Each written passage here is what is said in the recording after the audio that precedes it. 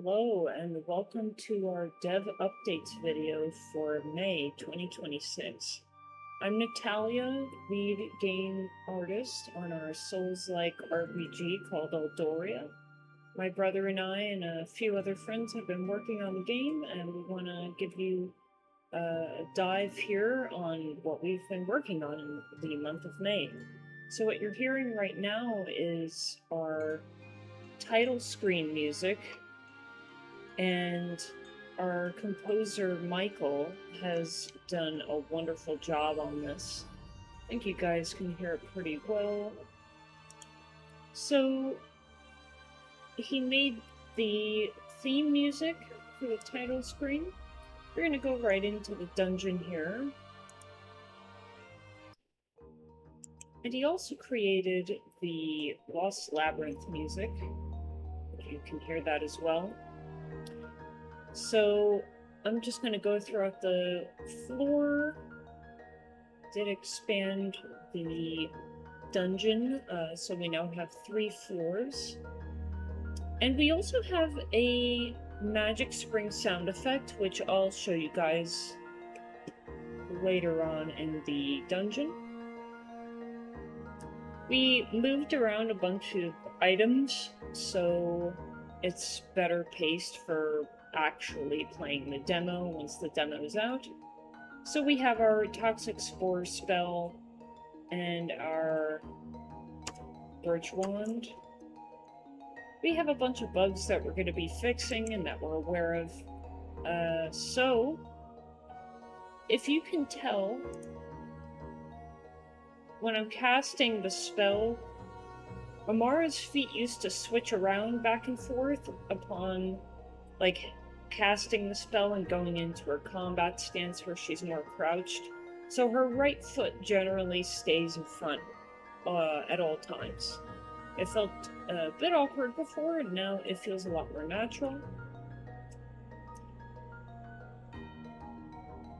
So now, for now we have the Body and Mind Brews, which I redesigned. And before they looked like little chemistry lab vials. But now we're going to have the Body and Mind Brews. Body is red for healing, the health points, and the Mind Brews are going to be blue, and that is to restore your magic points. So they correspond with the colors of the bars in the HUD. The HUD will be updated in the coming months. This is like our first art that we've created, especially in the left-hand corner with the quick slots and the bars. I know we can improve that. So we do have boulders that I created, and they are for the dungeon and also for hidden caves within the dungeon. We will be having illusory walls. The boulders do have LODs. LODs stand for level of detail. So there's these groups, like a group, LOD group that you put on a boulder, and so essentially when you get closer to an object, you can determine like how far away or how close the highest detailed version of that model will show up, and then it switches out and you can fade it out a little bit more naturally, just to save on resources and also to have the game play at a higher frame rate. So right now we have Squeakle's walk animation updated. They hop around instead of sliding their legs across the floor. It felt a little awkward. They do kind of slide when they hop around, so we will add a mechanic for that, so when they hop and land on the ground, that they also stop as well. So I got some spirit shards there. We're going to go through the floor and look at more features that we added. To this dungeon, we or to this floor, we have actually expanded a lot of the rooms so they feel more open. Like this hallway is twice the width. Here's more boulders that I've added. And then got an item in here that I noticed here. So there's the Mind Brew, and you can tell it's more like a Souls-like. We will be updating the mechanics, so you cannot just keep picking up, you know, unlimited amounts of them, and you won't be able to, like, craft them. So, at our bonfire, essentially, or it's called the Magic Spring, typically on each floor, you'll be able to restore them. I'm just gonna look around for different items here. We do have an elevator, and there's a chest in here. I'm gonna grab something real quick. So elevators are great because it adds more depth and more movement to the floors. Whoop. Jumped off there for a second. And I added spikes down here. So initially the elevator shaft ended and this floor was level with what was under the elevator. So there were a lot of physics related issues. Our playtesters had great ideas about adding a pit at the bottom of the elevator shaft. And then eventually we will have the spikes be harmful. Right now they're not. So you will die if you land on the spikes. So then you're not stuck down there either and you respawn. So with the caves, we are going to be adding illusory walls as well. So that's in the works.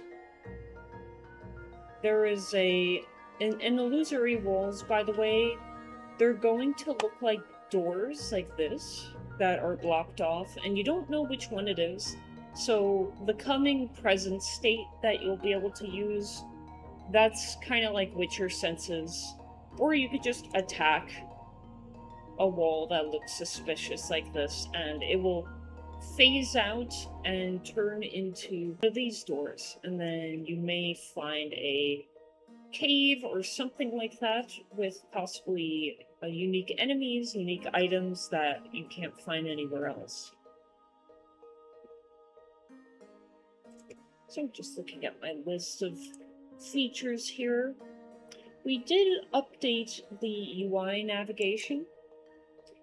So in our game settings, everything works. You can click on the UI in here and see your controls. And these buttons do work, but I'm just not going to quit the game right now or return to the title screen. So Lucas and Carlos have done a great job with all of that. As you can see, Amara's hair looks much more natural because it moves, and this is done by physics. It's not done by me manually updating the hair with the bones. So there was a bit of stretching before with the hair tie and parts of her hair that shouldn't have been moving. So it feels more natural and not as crazy, especially on the elevators.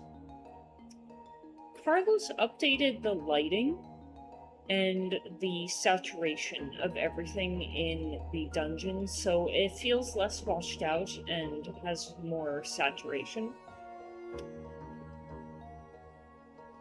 We also worked on the occlusion culling, so we probably need to work on it a little more, but as you can see, when you're not looking in, like, everything behind me right now is actually not getting rendered, and I'll show you guys what that looks like in real time. So the occlusion tab you'll see here, and this is the whole dungeon in the outline, and all that's being rendered is just this part. So nothing else is being rendered because I'm just simply looking this way. And you can see how it updates. So what this does is it really helps with the frame rate and just being really resourceful. So yeah, this was really great. The LODs, the level of detail with the rocks, really helps as well. So just to show you guys, if I zoom in on this rock here,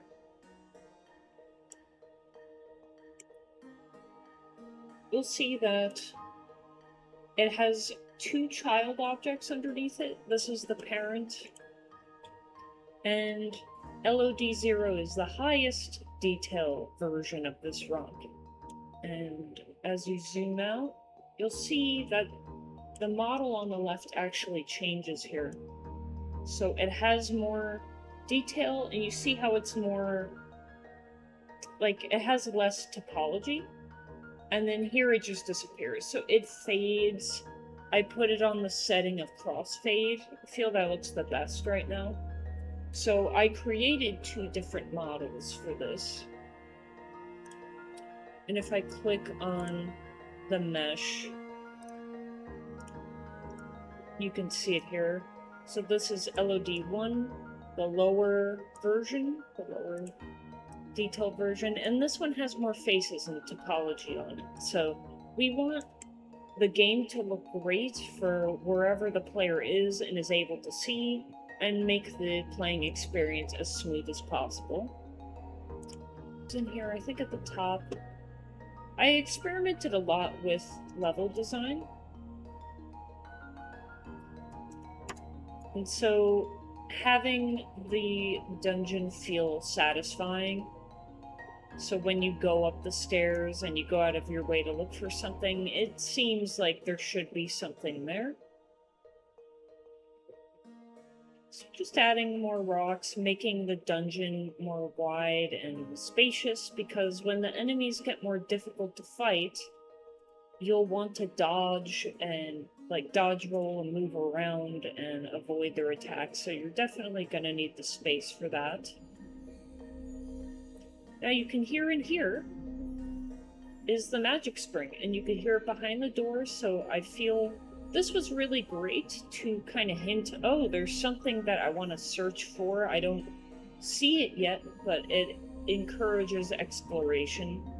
So Carlos has been working on the Magic Spring system, so you'll be able to level up, restore your stats.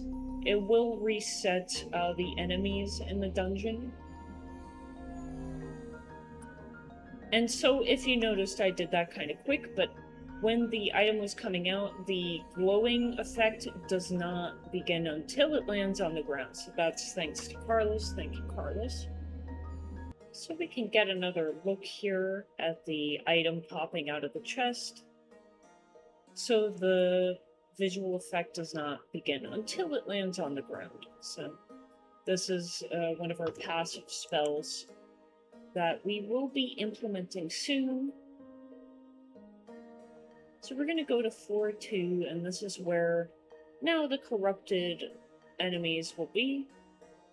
Floor 1 will just help you kind of get familiar with fighting, and later on you'll be introduced to the dark or corrupted enemies.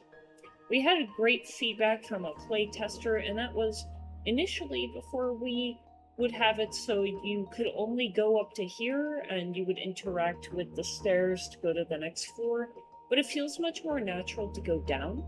So I have kind of a temporary solution. Thanks to another playtester and a fellow game developer, we figured out how to kind of make a temporary solution with the stairs. There is a bit of sliding, but we will be adding tooling for this, so you'll be able to go up the stairs easier, but at least you can go all the way down and you can go to the next floor. We fixed a bunch of bugs by just simply adding a loading screen and adding other logic, so that's nice going on to the next floor. We've had that bird, Chirpleaf, be around for a while, but now we'll be able to have, or we do have, the corrupted version of them animating, and their eye trails, the red trails on their eyes actually are in the correct position now, so that was fixed. So we're really happy to welcome them to our dungeon. So my brother worked on the save system. He is continuing to implement that, so whenever you quit the game, you'll be able to you'll be able to play again and continue where you left off. This is floor 3, and I am going to be adding more models, like a bigger door to go into this room here. So I just left it open for now. But it's fun because there's all these different rooms that you can explore. Some of them have enemies in them, some of them have treasures, so like in here, it's good to make sure there's nothing hiding because you might just find something like this. And this is the Sunstrike spell, so this chest was hiding behind the crates.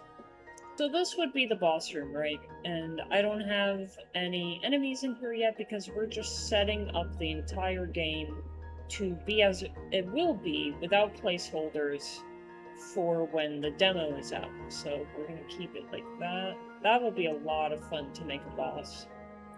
And this is the final room, so you go here. Congratulations, you've completed the Lost Labyrinth. Find out what's to come to Eldoria on eldoriagame.com. So yeah, if you want to check out more about the game, go to our website. And that is pretty much all the updates.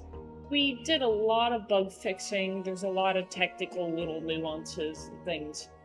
But yeah, we really appreciate you guys watching this video and supporting our work, and we really want to make this game become a reality so anybody can play it on Steam.